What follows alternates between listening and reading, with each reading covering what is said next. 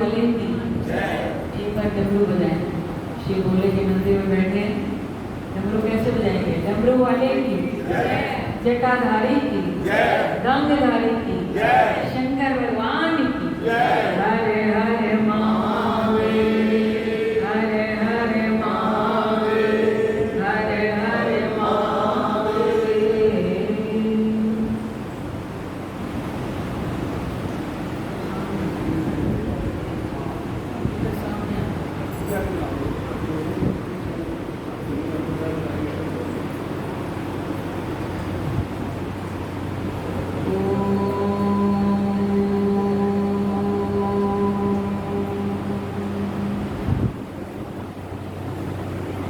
अखण्डमण्डलाकारम् व्याप्तं येन चराचरम् तत्पदं दर्शितं येन तस्मै श्री गुरुवे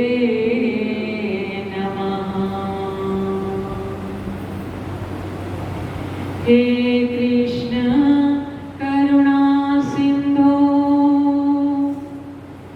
दीनबंधु जगतपते गोपेश गोपिकाकांत राधाकांत नमोस्तुते। श्री कृष्ण चरणों मनसा स्मरामि श्री कृष्ण चरणों वचसा गृह्णामि श्री कृष्ण चरणों शीर्षा नमामि श्री कृष्ण चरणों शरणं प्रपद्ये श्री कृष्ण चरणों शरणं प्रपद्ये।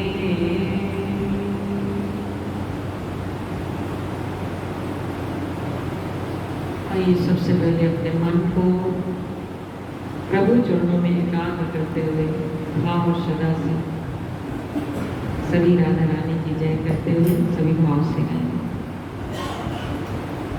राधा रानी की जय महारानी की जय राधा रानी की जय महारानी की जय राधा रानी की जय महारानी की जय राधा रानी की जय महारानी की जय रानी की जय श्यामा प्यारी की जय राधा रानी की जय श्यामा प्यारी की जय तेरी लाडों की जय श्यामा प्यारी की जय मेरी लाडों की जय श्यामा प्यारी की जय बोलो बरसाने वाली की जय जय जय बोलो बरसाने वाली की जय जय जय बोलो बरसाने वाली की जय जय जय बोलो बरसाने वाली की जय जय जय महारानी की जय राधा रानी की जय महारानी की जय तेरी लाडों की जय श्यामा प्यारी की जय तेरी लाडों की जय श्यामा प्यारी की जय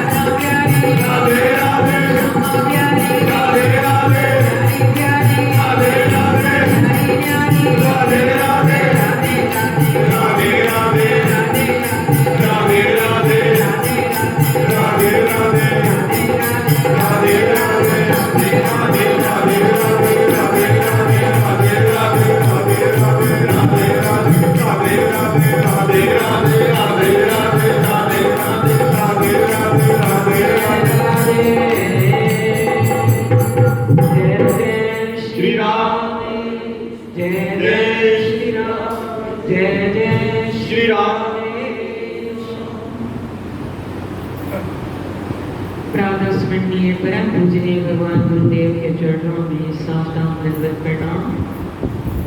आप सभी भक्तों को प्यार भरी जय श्री कृष्ण। कैसे हैं आप सब? ठीक है, बढ़िया। 2 दिनों के बाद आज फिर से आप सभी भक्तों के दर्शन करने का अवसर प्राप्त हो रहा है। जो कुछ नए बैठे हो इस कॉलोनी के भक्त, थोड़े आए हैं, ज्यादा नहीं आए हैं। हाँ है कॉलोनी से 1-2 देवता है। हम संगरूर आए हुए थे, फरीदाबाद से आए हैं। हमारे बहुत गुरुदेव के परम भक्त अमरनाथ जी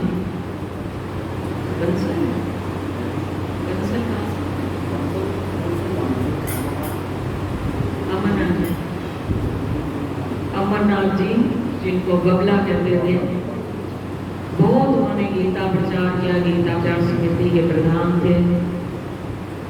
पहले मंगल जी चले गए कुछ समय पहले।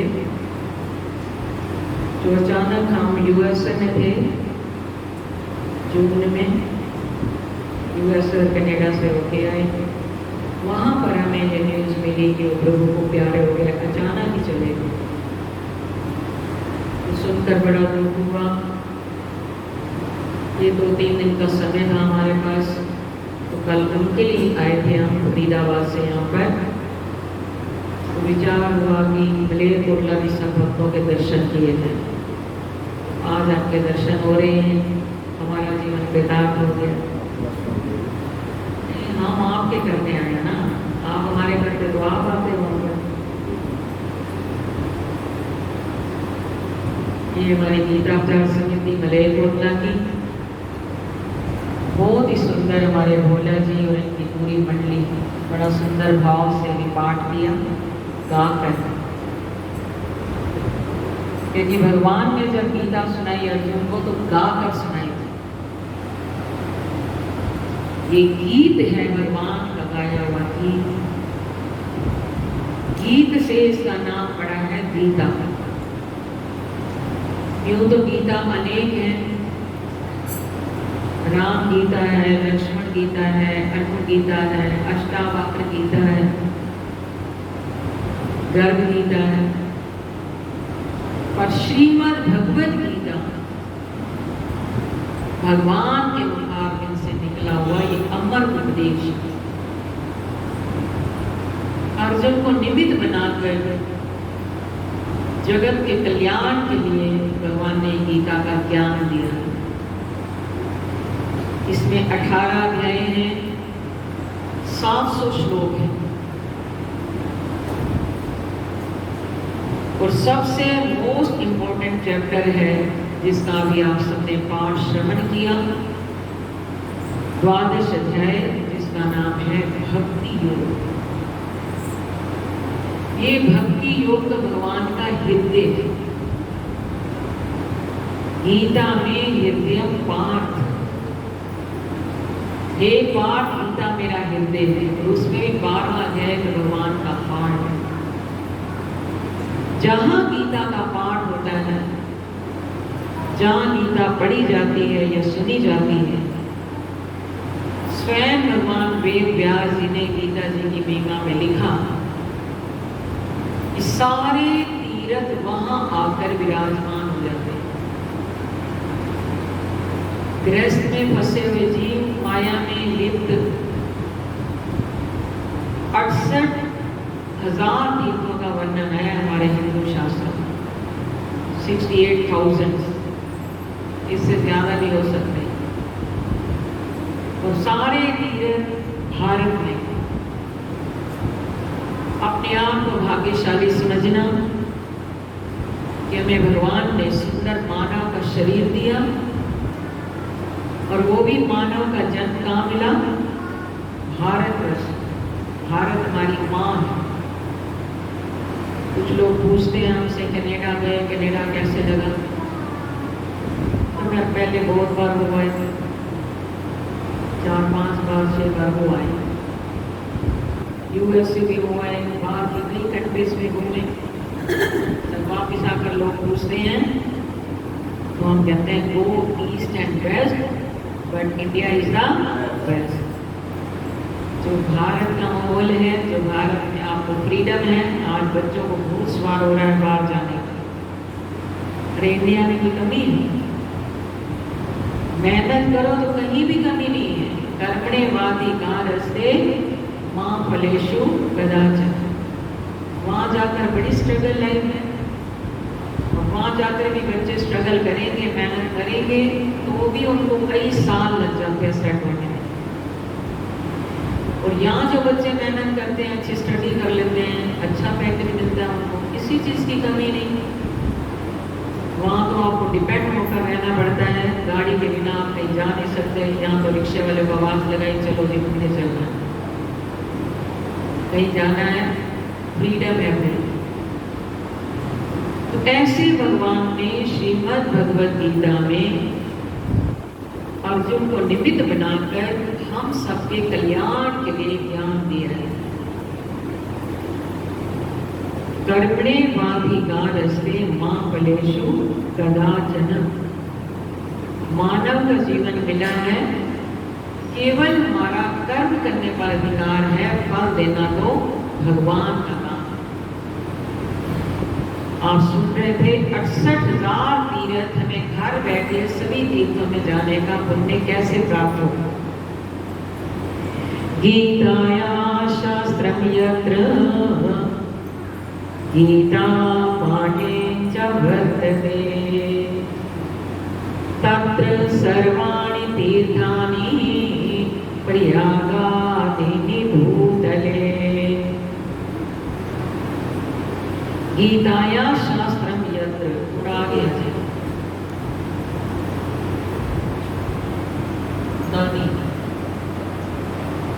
यत्र कहते हैं जहां पर। गीताया शास्त्रम यत्र, जहां पर ये गीता शास्त्र होता है। और गीता पाठेन च वर्तते, गीता पढ़ी जाती है या सुनी जाती है। क्या लाभ होता है? बोले तत्र सर्वाणि तीर्थानि प्रयाग आदि भूतले। उस भूमि पर, उस जगह पर सारे तीर्थ आकर विराजमान हो जाते हैं। सभी तीर्थ नहीं बल्कि सब तीर्थों के राजा प्रयागराज भी उस भूमि पर आकर निवास करते हैं।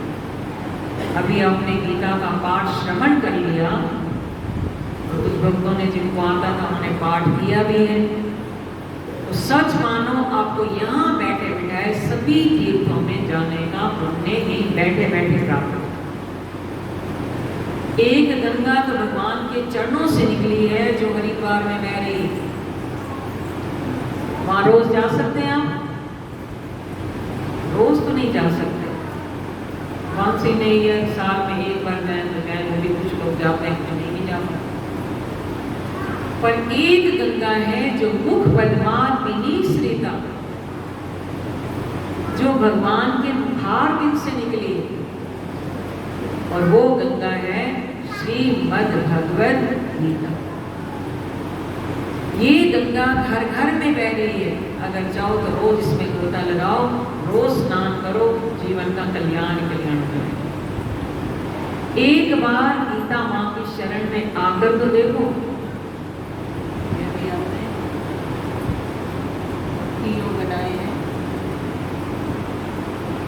वैसे तो रीप्रिंट हुआ है, इसमें कुछ चीजें और ऐड नहीं है। लास्ट में दिया तो चला नहीं दिए थे। इसमें अब राधा कृपा कटाक्ष, कृष्ण कृपा कटाक्ष सब कुछ इसमें है। ये हमारे बड़े गुरुदेव श्री श्री तुकाराम स्वामी हरिहर जी महाराज और नीचे परम पूज्य स्वामी जी हैं जो यहाँ पर, उनके साथ मुझे देश विदेश में जाने का अवसर प्राप्त हुआ और बहुत यात्राएं की उनके साथ। गुरु की शरण में आए बिना तो जीव को ये मार्ग मिल ही नहीं सकता। बचपन से मुझे उनका संग मिला, उनका सानिध्य प्राप्त हुआ और देश विदेश में गीता प्रचार करने का अवसर मिला और भारत के चारों धाम 12 ज्योतिर्लिंग की यात्रा कई बार कर ली। ये हमारा परम सौभाग्य है। तो गुरुदेव की शरण में जब आई और मैंने जब गीता का पाठ सीखा उनसे, 18वें अध्याय में भगवान ने जब ये श्लोक कहा, या इमं परमं गुह्यं मद भक्तेश विधास्यति, जो मेरे इस गुह्य ज्ञान को मेरे भक्तों में कहेगा, यानी जो मेरी इस गीता का प्रचार करेगा, भगवान ने कहा नाचा तस्मात् मनुष्येषु कश्चिन में प्रिय कृत। सुपरलेटिव डिग्री बताई, जैसे गुड बेटर बेस्ट होता है, उस जैसा अति प्रिय भक्त ना मुझे कोई हुआ है और ना ही कोई आगे होगा। जब ये श्लोक हमने पढ़ा तो मुझे लगता है इस श्लोक से मेरा जीवन बदला। हमने सोचा और कोई हमें शक्ति नहीं, कोई बल नहीं, क्या करें, क्यों ना ये जीवन गीता प्रचार में लगा दें। हमारे बड़े गुरुदेव जिन्होंने यंग एज से अन्न जल नमक इसका त्याग कर दिया, आज तक ऐसा कोई संत के बारे में आपने नहीं सुना होगा। अन्न का त्याग तो फिर भी कुछ लोग कर जाते हैं, पर जल का त्याग किसी का सुना है? पानी को पानी रूप में ना पीना। उन्होंने सारा जीवन पानी नहीं 18 ईयर्स ओल्ड, तब से उन्होंने ये त्याग किया। 18 वर्ष की एज से लेकर और 102 वर्ष तक वो इस धरती पर रहे, तब तक उन्होंने पानी को पानी रूप में नहीं लिया। क्या लेते थे?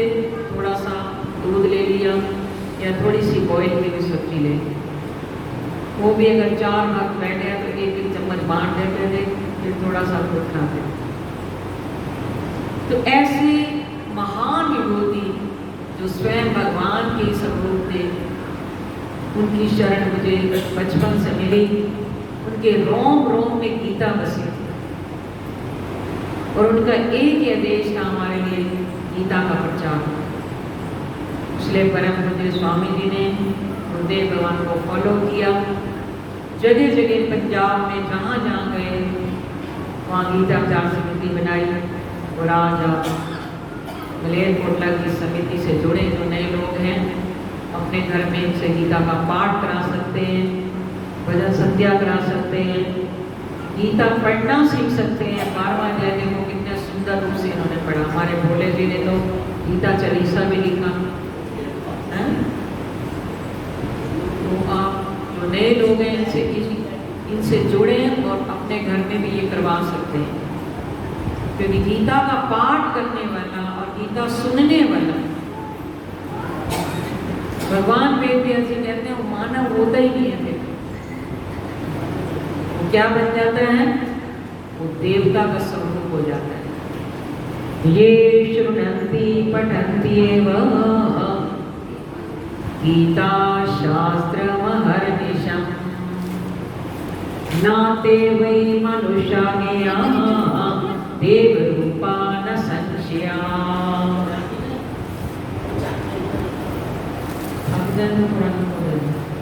हाथ से पकड़ा हुआ है, कर दो। ये हमारा YouTube पर प्रेम भाव चैनल है, आप उस चैनल से को सब्सक्राइब करें, अधिक से अधिक इस चैनल से जुड़े। ये वीडियो भी उस पर अपलोड किया जाएगा। अभी काम इसको ऑफलाइन बना रहे हैं।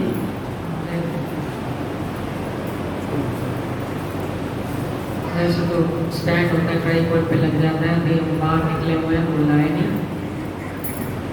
ये वीडियो भी आप उसमें प्रोग्राम में देख पाएंगे। और कहीं भी प्रोग्राम चल रहा है, कनाडा से लाइव हुए हैं प्रोग्राम।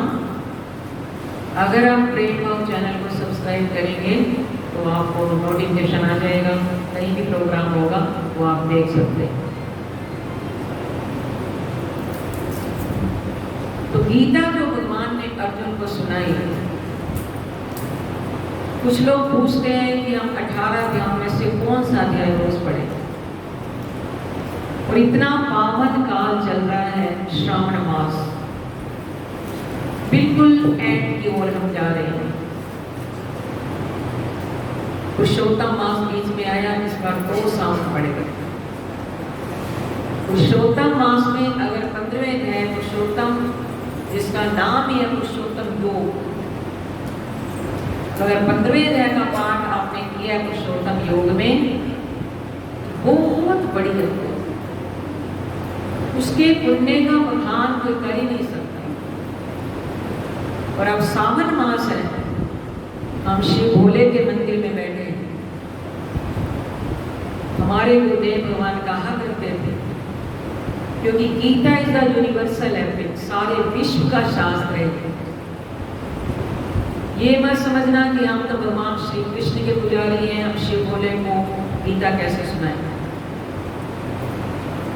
या हम शिव जी को मानते हैं, क्या हम गीता पढ़ सकते हैं? हम श्री राम के पुजारी हैं, क्या गीता पढ़ सकते हैं? आप गीता उठाएं। गीता के 10वें अध्याय में स्वयं भगवान ने कहा, रुद्राणाम शंकरश्चास्मि, 11 रुद्रों में शंकर मैं ही हूं, अलग है ही नहीं। और रामा शस्त्रपिता में और शस्त्रधारियों में राम में। आपके इष्ट कोई भी है, बोलो सूर्य देव सभी को प्रकाश देते हैं, या केवल कृष्ण भगवान के पुजारियों को प्रकाश मिलता है? बोलो। सबसे पहले श्रोता गीता के सूर्य देव हैं। इमं विवस्वते योगम प्रोक्त वाहन मव्यम विवस्वान मन वे प्राहा मनुष्वाक वेद रवि। विवस्वान कहते सूर्य देव। तो सबसे पहले गीता सूर्य देव ने सुनी, अर्जुन से भी पहले। अर्जुन ने पूछा, प्रभु क्या मैं ही गीता का पहला श्रोता हूँ या पहले ने किसी को सुनाई थी? भगवान ने कहा तू मेरा पहला श्रोता नहीं है, सबसे पहले गीता भगवान विष्णु ने सूर्य देव को सुनाई। और जिस दिन सूर्य देव ने गीता सुनी उनमें समता का योग आ गया। अभी यहाँ सनसेट हुआ है, ये नहीं कि सूर्य देव को अस्त हो गए बस। यहाँ सनसेट हुआ, हम यूएसए में थे, वहां सनराइज हो गया। जब से गीता सुनी वो तो 24 घंटे नॉन स्टॉप उनका कोई वीकेंड भी नहीं है, उनका कोई रेस्ट भी नहीं है, कॉन्टिन्यू अपनी ड्यूटी कर रहे हैं और सबको एक जैसा प्रकाश दे रहे हैं। उनके मन में तो कोई भेदभाव नहीं कि हमने हिंदुओं को देना है केवल, या भारत वालों को प्रकाश देना है, या सेठों को देना है, गरीबों को नहीं देना। तो जैसे सूर्य का प्रकाश हर जीव को एक जैसा प्रकाश मिल रहा है, चंद्रमा की चांदनी सबको शीतलता दे रही है, भगवान ने हवा दी सबको जीवन मिलता है, पानी सबकी प्यास बुझाता है, इसी तरह श्रीमद् भगवद गीता का ज्ञान प्राणी मात्र के लिए, खासकर गृहस्थियों के लिए है। अगर अपने गृहस्थ आश्रम को, 4 आश्रम हैं गीता में वर्णन आया, चातुर्वर्ण्यम मया सृष्टम पूर्ण कर्म विभागशः। 4 आश्रम है ना हमारे, ब्रह्मचर्य आश्रम, दूसरा गृहस्थ आश्रम, तीसरा वानप्रस्थ आश्रम और चौथा संन्यास आश्रम। आज 2 आश्रम में जाते हैं, तीसरे में तो जाने का नाम ही नहीं लेते। जाते हैं ब्रह्मचर्य से गृहस्थ आश्रम में तो पहुंच गए, अब आगे भी तो बढ़ना है। वानप्रस्थ आश्रम क्या है? जो हमारे बुजुर्ग बैठे हैं चेयर्स पर, अब स्वामी जी होते तो बोलते हैं रिटायर हो गया, ये क्या हो गया? रिटायर,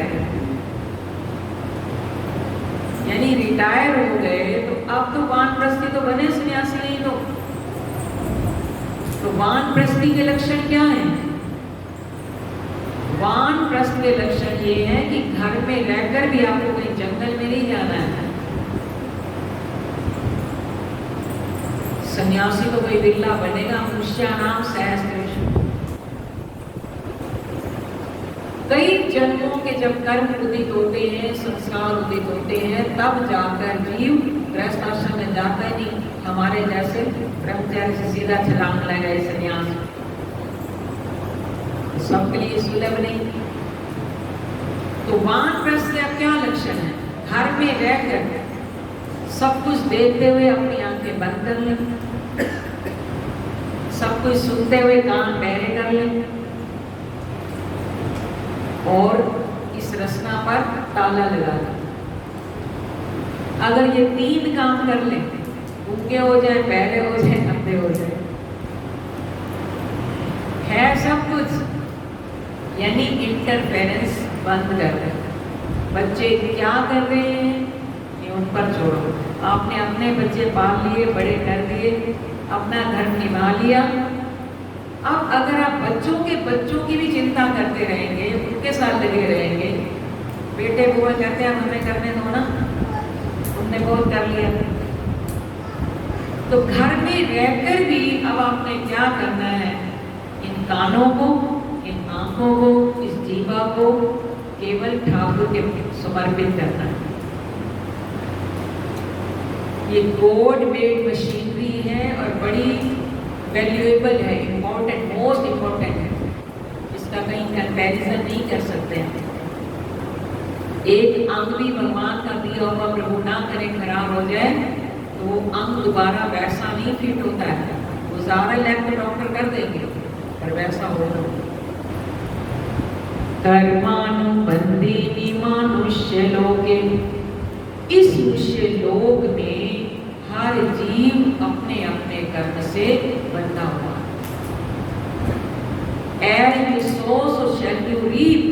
फिर कहते हैं हमने तो इस जन्म में कोई गलत किया नहीं, हमें क्यों सजा मिल रही है? अरे भाई, मेरे मालिक के दरबार में सब लोगों का खाता है, जैसी करनी कोई करेगा वैसा ही फल पाता है। कुछ लोग पूछते हैं इस जन्म में तो हमने कुछ गलत किया नहीं। अभी भी हम नहीं पढ़ते, किसी ने प्रश्न किया कहाँ में, संगरूर में या भवानीगढ़ में, एक जन का खाता नहीं है। आज अगर हम अच्छा करके भी दुखी हो रहे हैं तो ये हमारे अच्छे कर्मों का फसल नहीं है। इदम शरीरम कौन्ते अच्छे नित्य विधीयते, क्योंकि शरीर तेरा खेत है, पाप पुण्य का बीज है। जैसे बीज बोगे, किसान जैसे खेत में जैसा बीज बोता है उसको वैसी फसल मिलेगी। आम बोएगा तो गेहूं काटेगा, बोलो। आम का बीज बोएगा तो आम ही काटेगा, गेहूं बोएगा तो गेहूं मिलेगी। और अगर बबूल बो दिया तो बबूल ही काटना पड़े, कांटे खाने पड़े। उस किसान की फसल फिर भी खराब हो सकती है कभी, उसको सूर्य की गर्मी नहीं मिली या बेमौसम की बरसात हो गई, उसकी फसल नष्ट हो जाती है। पर इदम शरीरम कौन दिया क्षेत्र नित्य विधीयते, प्रभु कहते हैं इस शरीर रूपी खेत में तुम एक बार जैसा बीज बो दोगे, इसकी फसल कभी नेहा भी करना शोस्ती प्रत्यवाय न विदते, इसकी फसल कभी खराब होगी। आपके आज के अच्छे कर्मों का फल दुख नहीं हो सकता, पर पिछले पाप कर्म आड़े आए हैं जिसकी सजा हम भोग रहे हैं। और अगर आज हम गलत करके भी कोई व्यक्ति सुखी है तो उसके आज के गलत कर्मों की फसल सुख नहीं हो सकती, ना तो हम सब समझते ही। आज जो गलत कर रहा है उसका तो काटेगा वो। इसलिए कभी भी गीता हमें क्या सिखाती है, कभी भी गीता किस लिए जरूरी है? गीता का ज्ञान हमारे लिए गृहस्थी के लिए किस लिए जरूरी है? अरे अपने बच्चों को सिखाएं। गीता हमें सिखाती है कभी किसी का मन मत दुखाओ, कभी किसी की निंदा मत करो, पाप की कमाई मत करो, अपने धर्म पर चलो। गीता का पहला शब्द ही धर्म से स्टार्टिंग है, धर्मम क्षेत्र कुरुक्षेत्र। और हम भगवान से वादा करके आए, ये मानव का शरीर जब प्रभु दे रहे थे तो हमने प्रॉमिस किया भगवान से। क्या वचन दिया?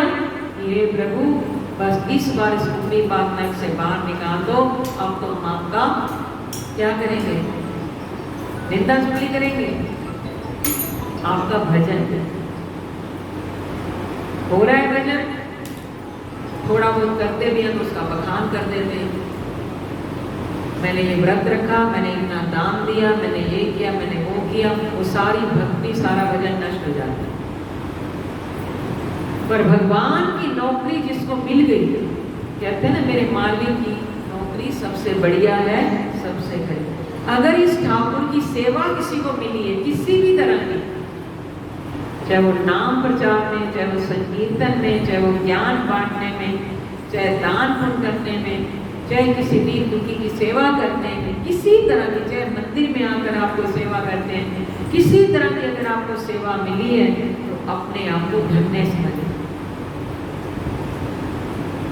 चाकर रख लो सांवरे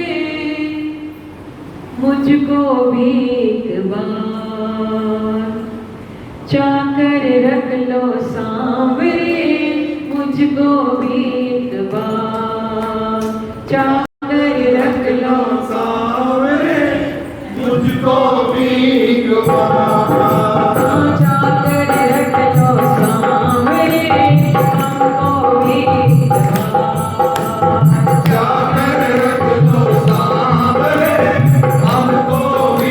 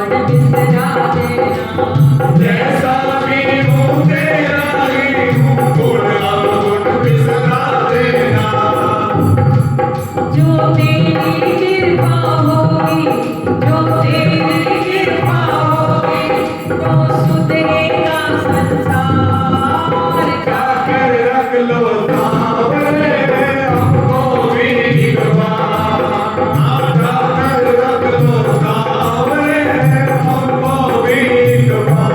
तेरा एहसान होगा, बड़ा एहसान होगा, तेरा एहसान होगा, बड़ा एहसान होगा। सेठों के तुम सेठ सांवरे, मेरी क्या औकात है। सेठों के तुम सेठ सांवरे, मेरी क्या औकात है। तेरी सेवा मिल जाए तो ये किस्मत की बात है। तेरी सेवा मिल जाए तो ये किस्मत की बात है। मानूंगा तेरा कहना, मानूंगा तेरा कहना, ये करता हूँ इकरार। जाकर रख लो सांवरे हमको भी भगवान, जाकर रख लो सांवरे हमको भी भगवान। तेरा एहसान होगा, बड़ा एहसान होगा, तेरा एहसान होगा, बड़ा एहसान होगा। झूठे जग की माया में प्रभु मुझको ना बहलाओगे। झूठे जग की माया में तुम खुद को ना फैलाओगे। आज खड़ा हूँ सामने तेरे, कोई हुक्म सुनाओगे। आज बड़ा हूँ सामने तेरे, कोई हुक्म सुनाओगे। आज खड़ा हूँ सामने तेरे, कोई हुक्म सुनाओगे। आज बड़ा हूँ सामने तेरे, कोई हुक्म सुनाओगे। भक्तों की इस अर्जी को, भक्तों की इस अर्जी को प्रभु कर लेना स्वीकार। जाकर रख लो सांवरे हमको भी भगवान, जाकर रख लो सांवरे हमको भी भगवान। बस इतनी दिखा देना, बस इतनी दिखा देना, कर सेवक की दिन रात। जाकर रख लो सांवरे हमको भी भगवान, जाकर रख लो सांवरे हमको भी भगवान। कौन कौन चाहता है चाकरी करना? हाथ उठाइए, हाथ उठाकर चाकर रख लो सांवरे हमको भी भगवान। जाकर रख लो सांवरे हमको भी भगवान, चाकर रख लो सांवरे हमको भी भगवान।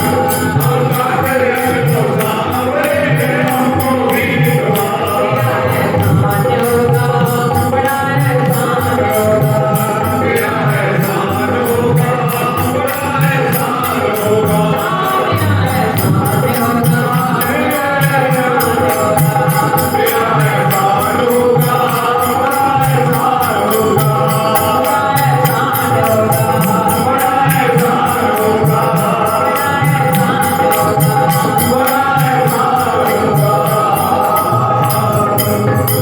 भगवान के बिहारी लाल की जय।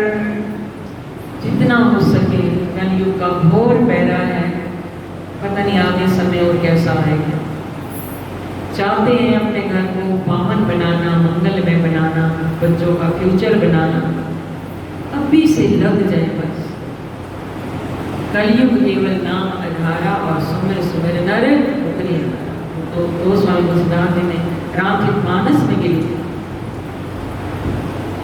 कलयुग केवल हरि गुण गाहा, कलयुग केवल हरि गुण गाहा। पावै उतरे भव पावै भव था। जिसने नाम जपा है वही इस भाव सागर से पार। जितना हो सके प्रभु का अधिक से अधिक नाम सुमरन करें, इसी में हमारा कल्याण है, ये गीता का ज्ञान है। गीता अर्जुन को भगवान ने सुनाई पांचों पांडवों में से। क्यों तो कोई किसी ने पूछा दुर्योधन को क्यों नहीं सुनाई? दुर्योधन को तो ज्यादा जरूरत थी इसकी, पर अर्जुन इसके पात्र थे। दुर्योधन ने कहा मानी भगवान की बात? जब भगवान शांति दूत बनकर गए थे समझाने के लिए, ये 5 गांव तुम्हें अपनी तरफ से तुम्हें कह रहा हूं कि एक एक गांव 5 पांडवों को दे दो, बस सारा राज्य तेरा।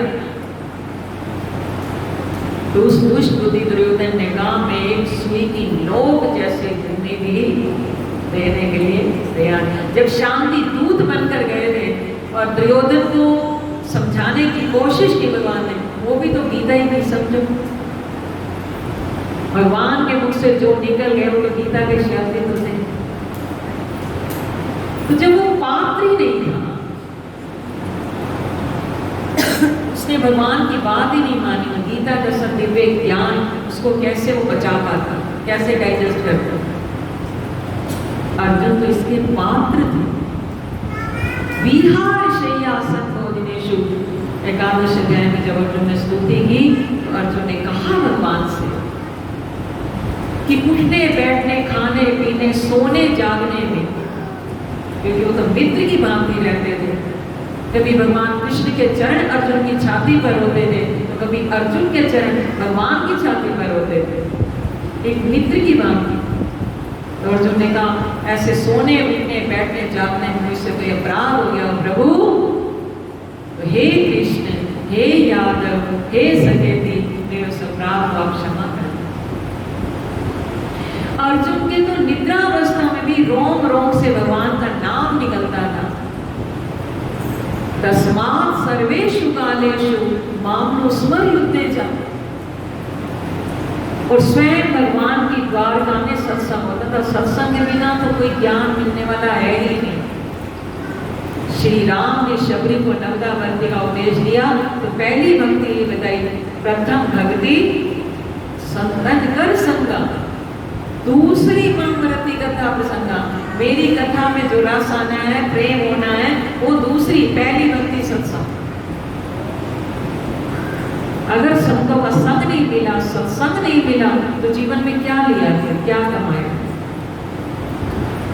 जब भी कोई आध्यात्मिक फील्ड में ज्ञान मिलेगा किसी संत की कृपा से मिलेगा,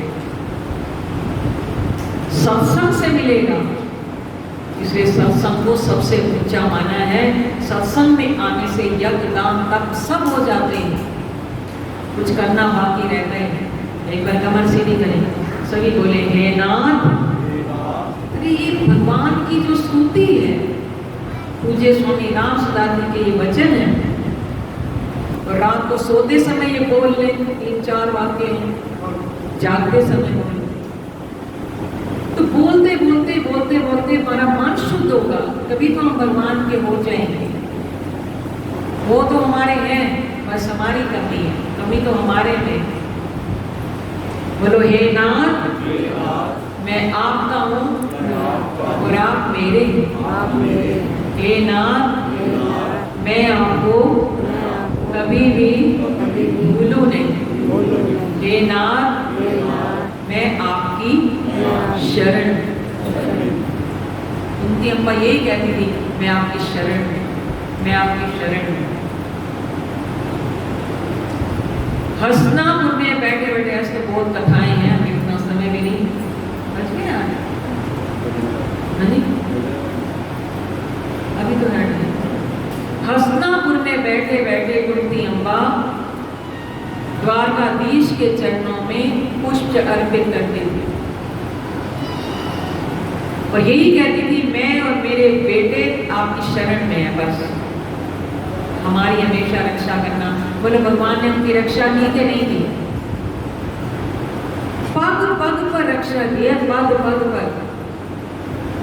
कहां नहीं आए भगवान? बोलो लाख का घर बने, जहां की हर दीवार में अग्नि, और फिर भी उस अग्नि से वो बच जाए। कौन थे बचाने वाले? भगवान ही। हर कदम कदम पर रक्षा किया। दुर्वासा ऋषि को भेजा दुर्योधन ने, ये श्राप दे देंगे, जलकर राख हो जाएंगे।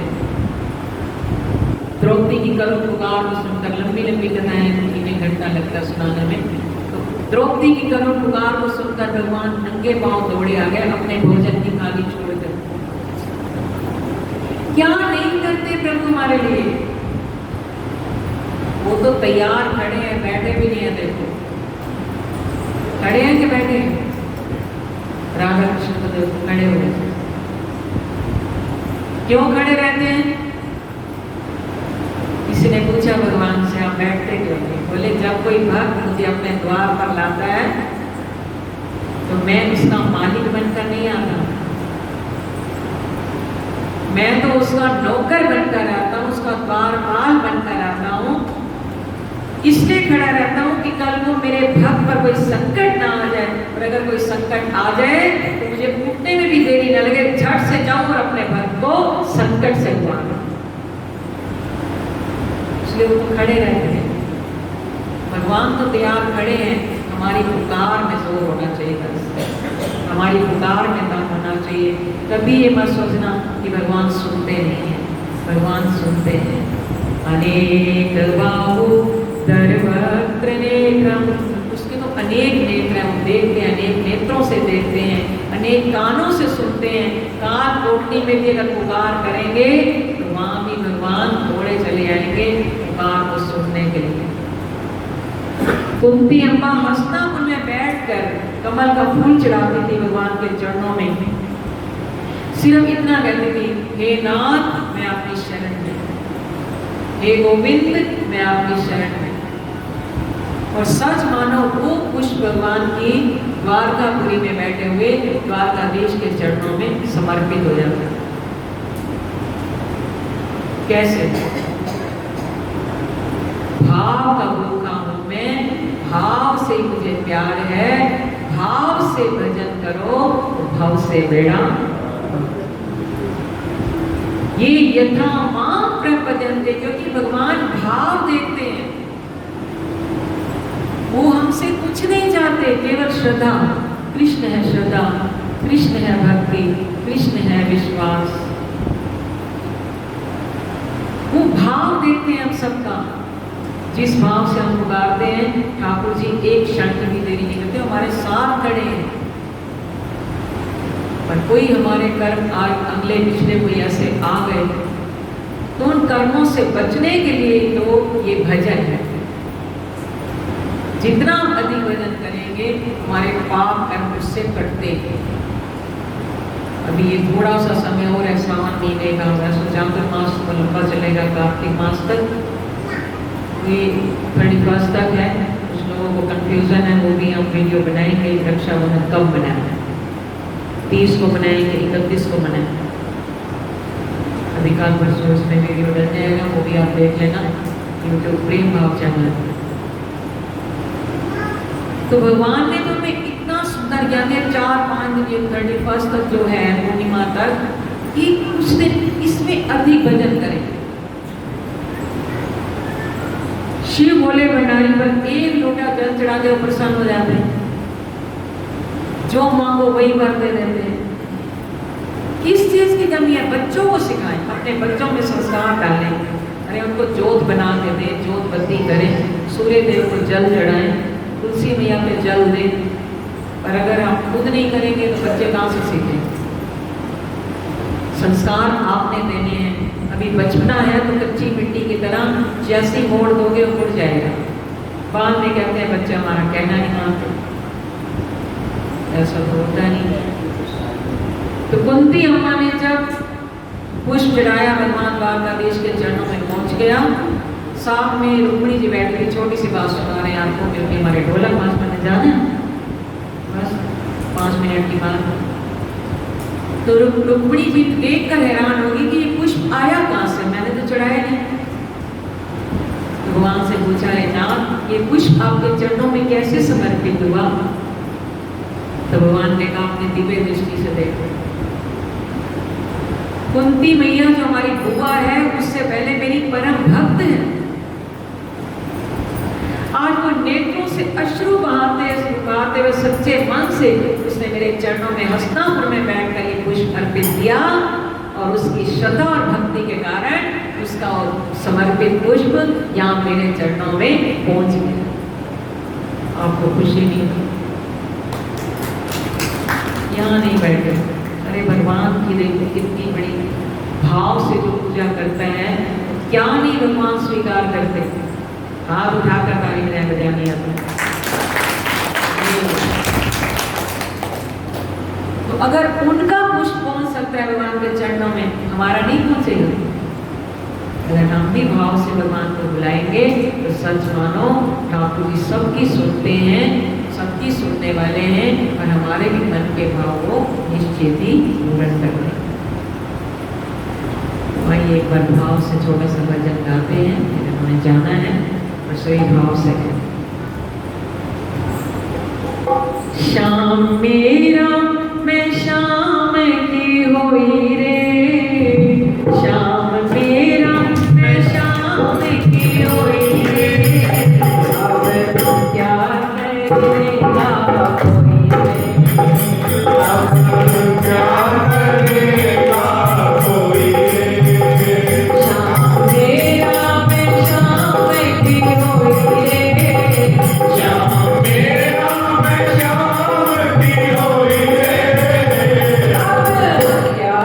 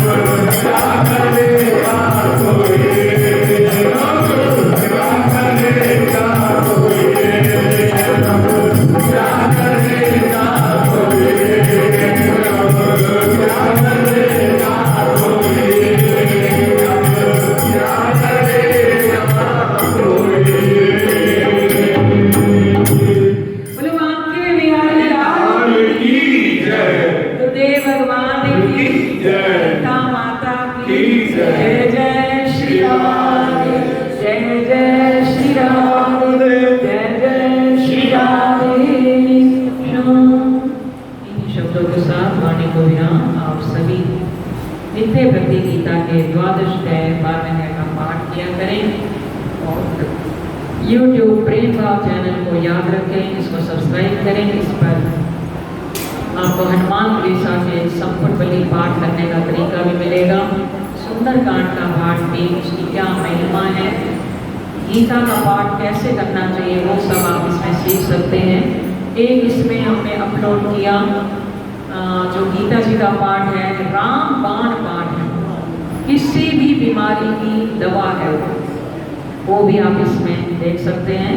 तो आप इस चैनल को सब्सक्राइब करें, प्रेम भाव चैनल, और भी भक्तों से कराएं ताकि आप घर में बैठकर पुण्य कमाएं और स्वयं भी भगवान के भक्त बनें। बोला वाके बिहारी लाल की जय।